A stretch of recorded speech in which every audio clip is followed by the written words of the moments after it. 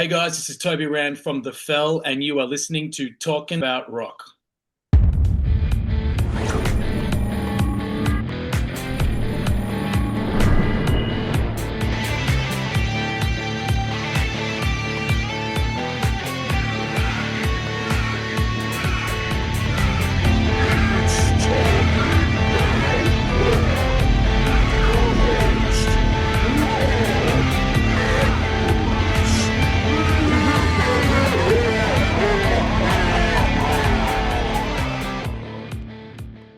Hello, welcome to this episode of Talking About Rock. I'm Rob Edwards. Here we bring you rock interviews from veteran and upcoming artists. Subscribe on our YouTube channel to stay up to date. Follow us on our social media and our website, talkingaboutrock.com. I'd also like to give a shout out to all our new listeners from Rock Rage Radio, where you can catch my full show every Saturday at 11 a.m. Eastern. All right, today's guest is known for such bands as Rand, Juke Kartel, and Toby Rand and the Future Kind. And of course, his appearance on the reality show, Rockstar Supernova. Here to talk with us about his latest project, The Fell, let's welcome Toby Rand. Toby, how are you, man? Hey, Robert, thanks so much for having me, mate. Yeah, definitely appreciate the time, man. So this Fell project, man, is something you had in the works, I think, a little while ago. It was like 2019 or something you guys had it, and now you decided to revisit it and bring it back. Exactly, mate. Myself, Mike, and Billy, we were writing like a long time ago, 6-7 years ago, and we wrote most of the records you're hearing. And unfortunately, I had commitments with my solo project at the time. So, as were the times back then, my management team made me choose one or the other, which I thought was really disappointing because I offered them 80% of anything from The Fell. I said, just do it because I'm super passionate about this project. So. Over the years, I've been texting back and forth with Mike and Billy because they had different singers that came in, and then it kind of plateaued. And then it was last year I messaged Billy and Mike, and I said, "Are you guys ready?" And Billy was wrapping up Mr. Big at the time. Right. The Winery Dogs had started like just easing back a little bit, so it was a good time for him. And Mike was also open to revisiting it as well. And mate, it's just blown my mind what's been happening in the last kind of 4 months. I'm just really excited to have it back and out there. Yeah, definitely. The tracks are amazing, man. When I saw Killswitch drop, I'm like, this is killer. This is a great tune to relaunch with. Yeah, you know what I mean? Some people come out with something that's a little bit more, A&R, a little bit more laid back radio play. You guys came out punching. I think that is the way to do it. I love Killswitch, man. It was amazing. Thank you. I think the goalposts have changed, mate. I think that we're not trying to fit into any kind of cookie cutter genre right now. We're just doing what feels good to us, and it was a no brainer for us. It showcases basically Mike and Billy at their best. And obviously, and my vocals are pretty strong there too. So it's just a great introduction, and you're going to hear another 10 songs in the next 6 months. So you're going to love it. Yeah, definitely. Face Out was great. I know you guys got a new single that's going to be coming out also. I think that's dropping on the 24th. I think the third single, Trippin, is going to be released coming out. That'll be actually tomorrow. We're recording this just the day before. Yeah. But the music you guys got now, it's kind of like a departure from what Billy's kind of known for. It's more aggressive, and I'm really liking it. Definitely. Because it was interesting because I've obviously followed Billy's career with different iterations. Playing with Steve Vai, Diamond Dave back in the day. Mr. Big obviously is like epic, but if you think about Mr. Big, Eric Martin and Paul Gilbert are arguably some of the best that's ever been in rock and roll. So for him to take a little departure from the projects and do something like this is we're really grateful, and he really enjoys it. He showed it to a bunch of his peers, and he's getting some good feedback. So he's in. We're really passionate about it, and to be in a room with Mike and Billy, who are just at the top of their game as musicians, sometimes I just have to sit there and just watch and maybe have a beer and relax and let them do their thing. It's a beautiful thing, man. Yeah, being that I'm from the Western New York area, we follow Billy's career very closely. Obviously, he's been on the show a couple times. Just an amazing player, great guy. You know what I mean? Whatever he touches, definitely seems to stand out, which is great. And Mike is amazing on here, dude.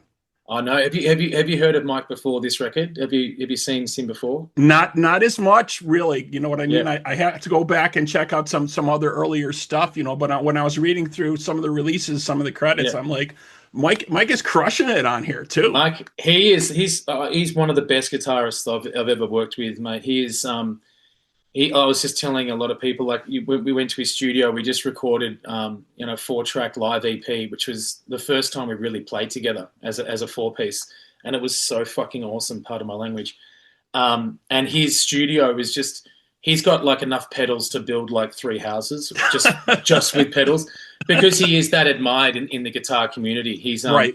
He's incredible, and the way that he turns music around, because he mixed this record and we co-produced a lot of it together, and the way that he turns around this record and his diligence to his art and craft is freaking exceptional. You know. So these are all fresh songs. It's not like stuff you had in the can before. It's all fresh, new stuff that you guys came up with. Well, so Killswitch was an old track, and so was Trippin. But what we've done is we revisited it. We did fresh drums, fresh vocal takes.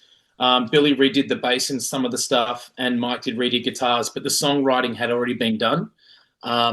Me and Mike, we wrote 10 songs in like a month back in the day, and we're probably releasing about 6 of them. And then Face Out we wrote 3 or 4 months ago, so we decided to throw a new one in there. That came pretty quickly, and then as we get this EP out, we have another 5 already that we're just reworking into the mixing stage, and then me and Mike are working on 3 and 4 new fresh ideas that Billy will have in his email probably in the next few weeks as well. So generally what happens is we did a writing session all together, the 3 of us, and then we take those ideas, and then me and Mike kind of shop them around together. Billy does some remote recording, and then we all get together and join in the studio when they're ready to kind of put into the last moments. So, it's remote. Everyone's moving, still traveling quite a bit. We're still busy. Definitely. Yeah, definitely. And Killswitch is definitely hitting some numbers for that video. I think it was like over 60,000 views just for that video. I mean, it's probably over that now, but it's. Yeah, I really love that, man. It was just when that came out, I was like, yeah, this is going to be something hot.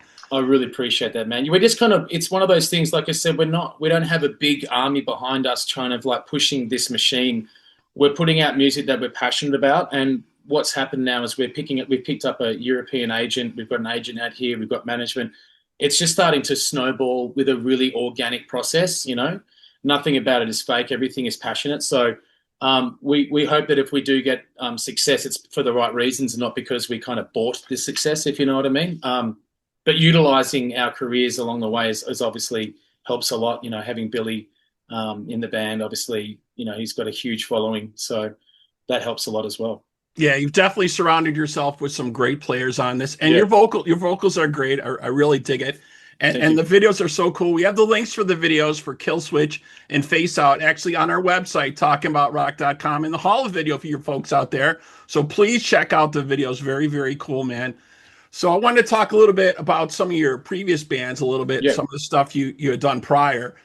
Your previous band, Juke Kartel, you guys toured in the U.S. You did support for Slash, Ozzy, Fuel. That had to be some amazing shows. Is there anything you can maybe dig in your mind, think a little bit about, and revisit a little bit of that? It was, because it was an Australian band. So I came over because I did this Rockstar Supernova show, which was Tommy Lee and Jason Newsted and Gilby Clarke. They were looking for a singer. And after reaching the final 3, I actually got a deal with Tommy's team, the management company Sanctuary, and they put us on the road with with Slash, and that was when he had Miles Kennedy singing, right? From Alter Bridge, obviously, and the Conspirators, and so some of the touring from that's when I kind of took my vocal aptitude to the next level, because Miles Kennedy is arguably such a great vocalist to kind of take experience from. He's very dedicated to his craft. I was when we were on the road, touring around. We went to Australia, New Zealand, parts of America. We went over to Norway with Ozzy, and Ronnie Wood was in the band at the time with Slash. And one of the funny stories is that they lost Ronnie about 15 minutes before he was going on stage, and we just finished our set because we opened up for them. and Sharon Osbourne, you know, bursts through the curtain. She goes, "Have you seen fucking Ronnie Wood?" And we're like, "No." It's a pretty good Sharon Osbourne. He'd gone missing, and Slash was sober and is sober, and he was like furious and freaking out that, you know, one of the stars of his band had gone missing. But they found Ronnie, and as soon as they put the guitar on him, we ran up side of stage. He just owned it, and it was just miraculous. Like, just watching these old rockers, just unreal to watch them on stage. It doesn't matter where they are, if they've had a few drinks, just it hits, and they're just amazing to watch, like magic, you know. Yeah, nothing like wait till the last minute. Usually hear stories like that about Ozzy, kind of a little mixed up on what he needed to do or stuff. I was talking to Vinny Appice about that one show he did with him, and Ozzy was coming up to him and he's like, "Where am I supposed to go? What am I supposed to do?" He's like, "What are you asking me for? I'm the new guy." I know, exactly. Well, on this particular show, Sharon was there, so I think that when she was there, I think he's sorted. You know what I mean? He knows. Oh, I'm sure he sorted very quickly. Yeah, no, that was an incredible experience. Sharing the stage with those legends. My God, yeah, I still remember that clearly. Yeah. Yeah, so Rockstar Supernova project, like you're saying, with Tommy Lee, that had to be just a great experience. Kind of brought stuff to the next level for you, definitely. It did, yeah. So Juke Kartel, the band in Australia, we just started doing the Taste of Chaos tour. We jumped on a couple of shows of the Warped, and then we just recently did a big stadium show with Nickelback, and our song was getting played on radio, and so we were like pretty happy in Australia, like this is going pretty well. But when the opportunity for me to come and sing on Rockstar, we just knew that it could elevate to the next level. And the only thing that would have changed is if the band from Rockstar Supernova was something that would gel with me. And as the show went on, I knew it kind of wasn't gelling with me. It was more, you know, for the winner, Lucas, it was more suited to him. So that worked out in our favor. So the band came over, we got a deal, and that kind of, and I've been in America ever since, you know, and I've had iterations of, you know, ups and downs in my career, but I'm in such a good spot because, you know, America's an interesting place, but there's a lot of opportunity for musicians if you do it the right way. And that leads me to be in a band with the guys, you know, Billy and Mike. I'm in another band with Gary from In Excess as well. You know, so I'm able to have creative, awesome collaborations with amazing musicians, and I'm so grateful. Yeah. Yeah, there's definitely, like you said, there's definitely a lot of opportunities. It's very hard to navigate the U.S. market, I think, because it's very strange and very changing and very, very clicky and very glitchy at times, you know, especially for rock music, right? Let's just say it how it is, right? It's a hard time for rock music, but going back a little bit in your family, I mean, your mom was a music teacher with you growing up and a professional singer. So, I mean, you had a great basis to start with. Yeah, she was, I'm part Welsh, Great Britain, you know, and we grew up in choirs, you know, and I did choir up until it wasn't cool. You know, grew up in a sporting community in Australia. So I'd be from England to Australia. And in Australia, if you were singing in a choir, it probably wasn't seen as cool with the sporting community. You get teased. Right. So I kind of took a bout out of singing about 10, and then when my older brother started a rock band, I was like, okay, rock is where I'm going to go. And I used my singing aptitude for my mum to play rock and roll. And since like the age of 15, I think I've always been in a band. Growing up in Australia, like Melbourne, we call it Rock City. We were playing 6 nights a week. You know, we had a truck, we had a lighting rig, we had a crew. You know, it was covers, but we were, you know, 19, 20-year-olds making thousands of dollars a week just, you know, playing rock and roll. And those days are gone, sadly, because of the situation with social media and things. But I was just so grateful that gave me the skills to kind of be a live musician, you know, like using shit equipment, singing, you know, over crazy drums. And then, you know, when you finally get your hands on a good piece of equipment and good microphones and sound systems, you just feel like you're the king. So growing up in Australia definitely put me in good stead to be here in America. You know, it's awesome. Yeah, definitely. Things have definitely changed, like you're saying, with social media and just the way the music industry has kind of morphed, right? It's kind of hard to nail down of which way to go sometimes. You know, with the releases of digital, you know, we still have a lot of physical media, and I've even seen bands go back and sometimes they do like a special cassette or things like that sometimes now, which is really cool for people like me, older people like me who grew up with like cassettes and 8-tracks and stuff like that. Exactly. Right. It's cool to kind of revisit that in a way, but I know it's such a difficult time with that stuff. And the thing that really scares me for artists is the AI thing. Yeah. That's a really scary thing. I see that there's some AI performers, if you want to call them that, whatever that they're doing, and they're going to be utilizing more AI on Spotify. And you know what? I really don't want to see it take that turn and make that. Maybe we need to get back to radio and just be playing songs on the radio. It's true. I've been having this conversation a lot lately about the AI, and I know that big record labels, we love them or hate them, but I know that Warner, for instance, are taking out some action against Spotify using AI so much, because if you read the terms and conditions of Spotify, I just read an article this morning. If you're an independent artist and you put your song on Spotify, they are able to manipulate that music into AI, and then you don't get any ownership of that. So that's so you probably read that as well. Yeah, that's actually what happened with one of our guests. So I had Derek Davis on the show from Babylon AD, and I start talking about a track because I try to keep up on the artist of what their new track is. And I say, "Oh, looks like you guys got a new track you released, and Vinnie Vincent is playing here on you." He's like, "No." He's like, "No, that's an AI created track that they put on there underneath, Babylon's 80s profile." Yeah. And I was like, "This is crazy." You know what I mean? Maybe we need to take a long, hard look at this. I think we are. And you've said a few things there. I'm actually noticing that rock and roll is on the rise again.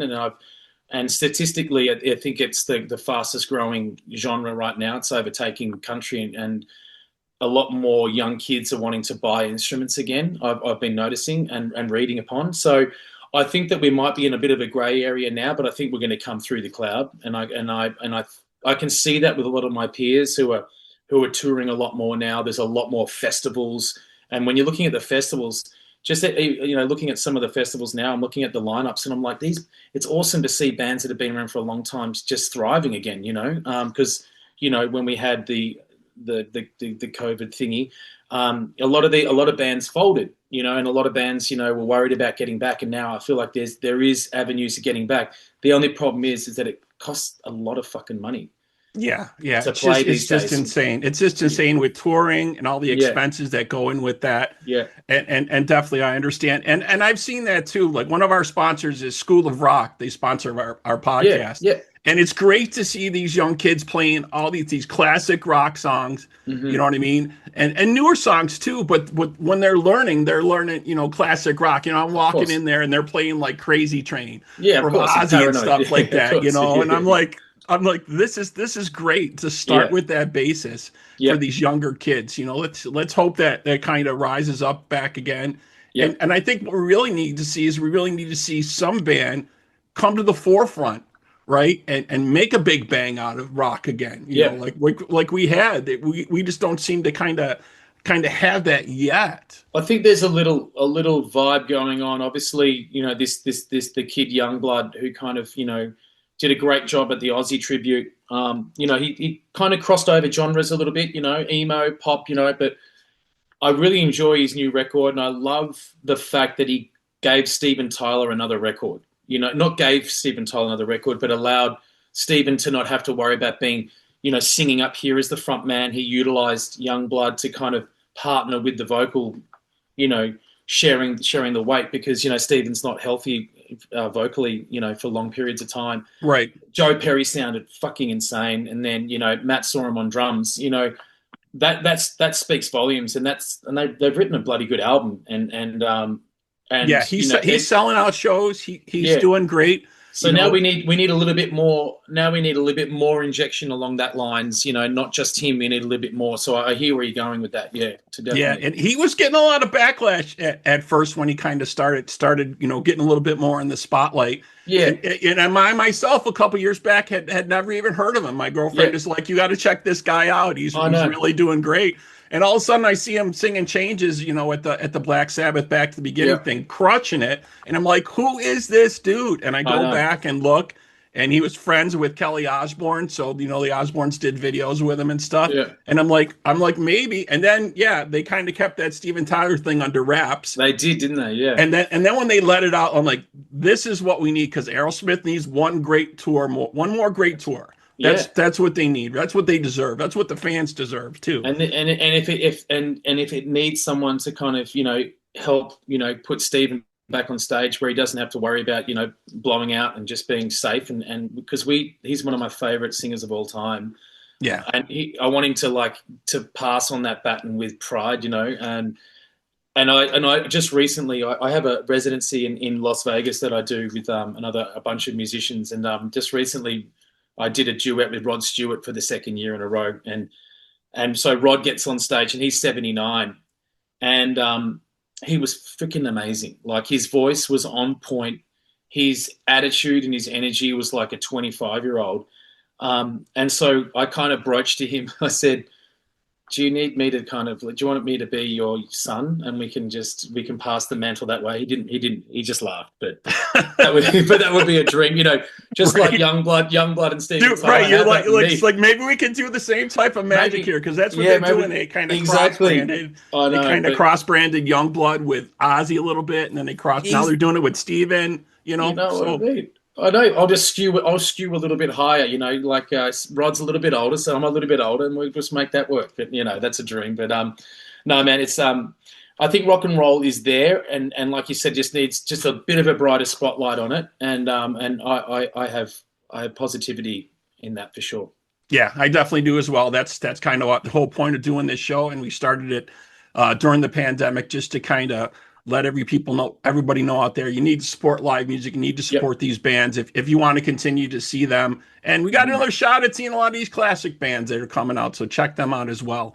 Yeah, totally. The one thing I wanted to talk to you a little bit about is you also support some charity organizations, as well, which I thought was fantastic. Using your writing to support such things as like breast cancer research and the use of Los Angeles and things like that. Tell us a little bit about some of that stuff. Yeah, so in 2009, when the boys in Juke Kartel were all living in West Hollywood, we're just playing a show, like a little acoustic show at the Hotel Cafe, and our drummer, took a phone call from New Zealand. He's from New Zealand, and he came back and he was white as a ghost, and he goes, guys, my mum's got breast cancer, and it's not looking good. So we played the show that night, and then obviously get to fly back and just keep an eye on it. But she was one of these ladies. She's still fighting it, but she has been through absolute hell. Lost most of her body. You know what I mean? So with that, we decided that we would partner with the Komen Foundation in Los Angeles, and I wrote with Jay and the band. We wrote a song that went to charity, and then we ended up playing a show at the Dodger Stadium for the big walk that they do. And then we went down and we supported breast cancer awareness in Australia. We did shows for them and charity work for them. And then we, Playboy Radio, we became, one of their bands. And so we played shows at the Playboy Mansion. It was just, rock and roll is about, it's sex, drugs and rock and roll, whatever. But it's about, when you join a band, you want to play rock and roll because you want to play for women. And and so one of our things was like, we got to save the breast, and we right. And it was it was a play on words, but it was a very serious situation and still is. And so but all we shot a music video with some survivors, and we're still friends with a lot of these ladies, and we always keep tabs on them. So that was something really important to us, and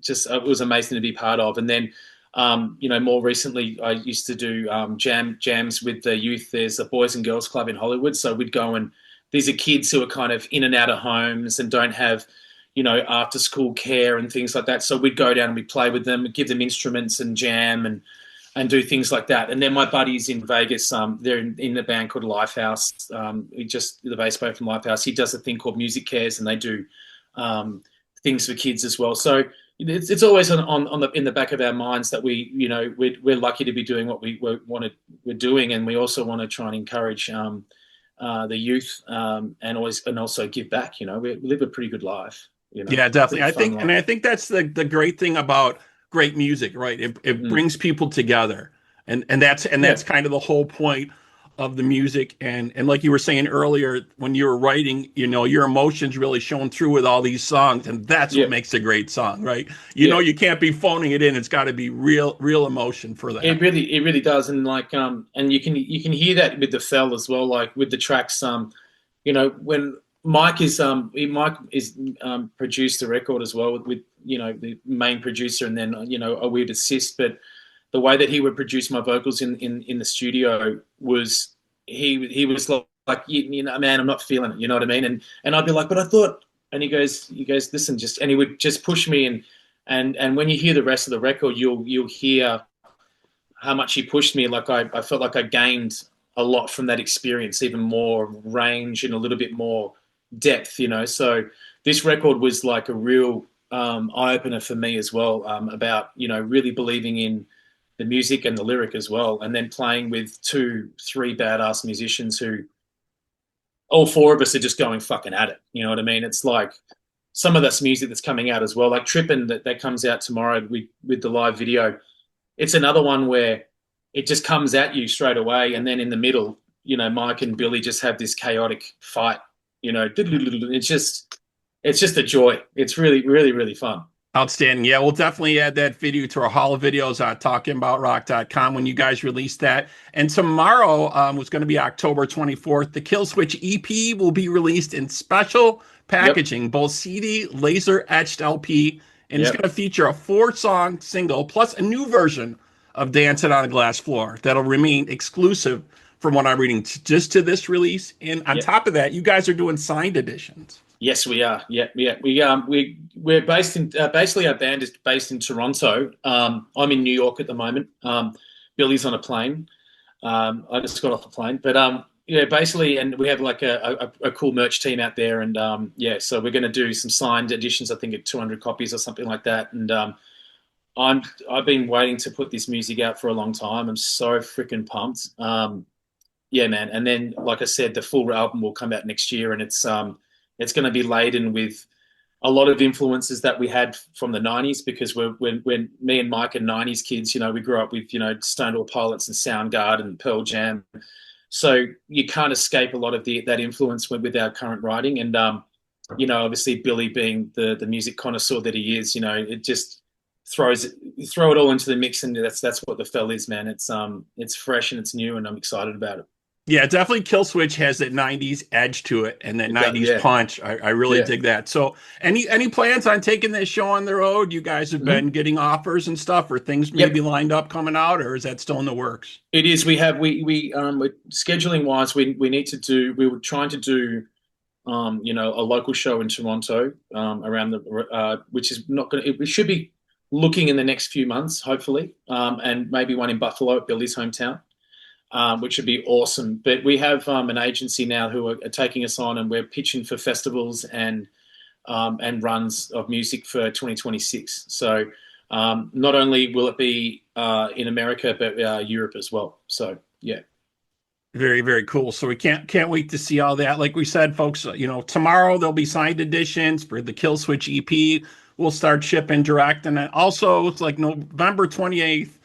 It'll be available in retail with the 4th single. I think you guys are going to do a version of Footprints on there. Footprints, I was reading also.